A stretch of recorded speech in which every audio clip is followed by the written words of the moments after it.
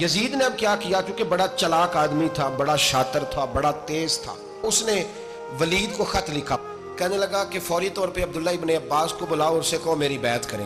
یہ جو بیعت ہوتی تھی نا، یہ بھی سن لے کیا ہوتی تھی، یہ بیعت حلف ہوتا تھا کہ میں اللہ رسول کے نام پہ حلف دیتا ہوں کہ میں یزید کی اطاعت کروں گا، میں اس کے خلاف کوئی بغاوت نہیں کروں گا۔ کوئی یہ بیعت لوگ سمجھتے ہیں کہ بس ہاتھ پکڑنے کا نام بیعت تھا، اس بیعت کا متبادل جمہوری ملکوں کے اندر ووٹ آیا ہے، تو کہا بیعت کریں، حضرت عبداللہ ابن عباس کو بھی بلاؤ، عبداللہ بن زبیر کو بھی بلاؤ، امام حسین کو بھی بلاؤ۔ امام حسین آدھی رات کے وقت بیٹھے تھے مسجد نبوی میں، چونکہ پانچوں نمازوں کی آپ امامت کرتے۔ امام حسین نماز پڑھا کے عشاء کی بیٹھے تھے، جناب عبداللہ بن زبیر۔ عبداللہ بن زبیر کون تھے؟ یہ نبی پاک صلی اللہ علیہ وسلم کی پھپھی پوتے تھے اور جناب صدیق اکبر کے نواسے تھے، حضرت عبداللہ بن زبیر، اور جناب زبیر بن عوام عشرہ مبشرہ صحابی ہیں، ان کے بیٹے تھے، بہت زیرک آدمی تھے، یہ بھی امام حسین کے پاس بیٹھے تھے۔ عبداللہ ابن عباس بھی تھے جو حضور کے چچا کے بیٹے ہیں، اس امت کے پہلے مفسر ہیں قرآن پاک۔ یہ لوگ بیٹھے تھے تو ولید نے ایک بندہ بھیجا، اس نے آ کے کہا جناب آپ کو گورنر صاحب نے بلایا ہے۔ تو عبداللہ بن زبیر کہنے لگے حسین اس وقت بلانے کی بات سمجھ میں نہیں آئی۔ تو امام حسین بڑے بصیرت والے تھے، اللہ نے بصیرت دی تھی، کہنے لگے عبداللہ آپ کو سمجھ نہیں آئی، مجھے سمجھ آ گئی ہے، امیر معاویہ وصال کر گئے، اور یہ ہمیں جو بلایا گیا ہے نا، یہ یزید کی بیعت کے لیے بلایا گیا ہے۔ تو کہا پھر آپ آدھی رات کو نہ جائیں، آپ کے لیے خطرہ ہوگا۔ تو امام حسین فرمانے لگے خطرہ حسین کو نہیں ہوتا، نہیں کہا پھر بھی آپ مہربانی کریں ذرا احتیاط سے جائیں۔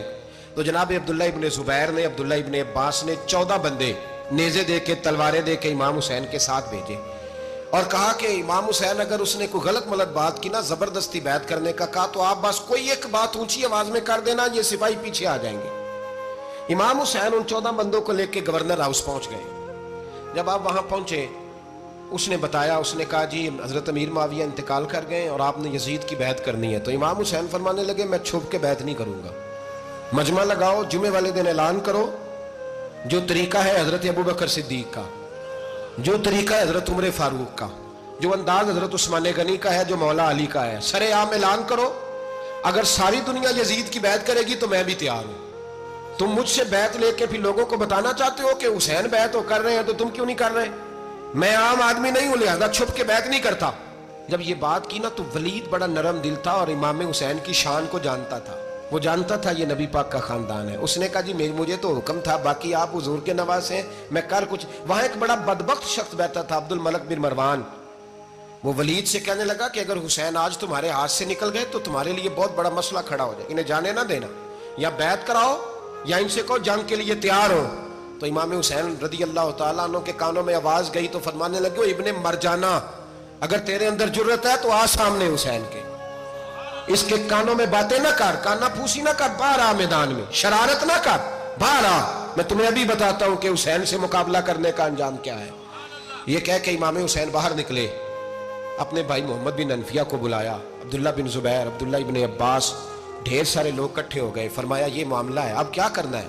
تو وہ کہنے لگے حضور وقت ابھی مناسب نہیں ہے، آپ اس طرح کریں یہاں رکیں، ہم مکے سے، عراق سے، کوفے سے لوگوں کو بلاتے ہیں، یہاں ایک بڑی مجلس مشاورت قائم کرتے ہیں۔ امام حسین فرمانے لگے اگر تم مشاورت قائم کرو گے تو ولید اور عبد الملک بن مروان وہ تو جنگ کرنے کو تیار ہے، اور نبی پاک نے فرمایا ایک مینڈا ہوگا جس کی وجہ سے مدینے کی گلیوں میں لہو بہے گا۔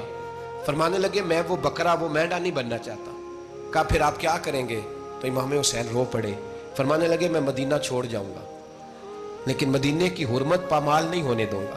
امام علی مقام آدھی رات کے وقت نکلے، سیدہ فاطمہ کا دروازہ ایک اس دن تھا جس دن حضرت مولا علی کوفے چلے گئے، اور دوبارہ آج تالا لگا جب امام حسین نکلے۔ آپ جنت البقیع کے پیچھے کھڑے ہو کے حضور کا روضہ دیکھنے لگے، اس وقت گنبد تو نہیں ہوتا تھا، روضہ دیکھنے لگے۔ نانا تیرے کرم کے خزینے کی خیر ہو، میں جا رہا ہوں تیرے مدینے کی خیر ہو۔ سارا خاندان لے گئے، مکے تشریف لے گئے، حج کے ایام قریب آنے والے تھے۔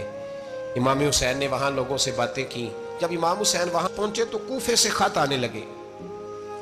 کوفہ حضرت علی کا دارالخلافہ تھا، وہاں آپ کے محبین، پیار کرنے والے ڈھیروں تھے، انہیں خط لکھے کہ حضور آپ چپ کر کے بیٹھے ہوئے ہیں اور ہمارے اوپر یزید مسلط ہو گیا ہے، آپ اگر میدان میں نہیں نکلیں گے، آپ نہیں آئیں گے تو ہم اللہ کی بارگاہ میں شکوہ کریں گے کہ کوئی ہماری کمان کرنے کو تیار ہی نہیں ہوا۔ اور وہ خط 1 2 3 نہیں آئے، وہ خط اتنے تھے کہ 3 بوریوں میں بھرے تھے امام حسین۔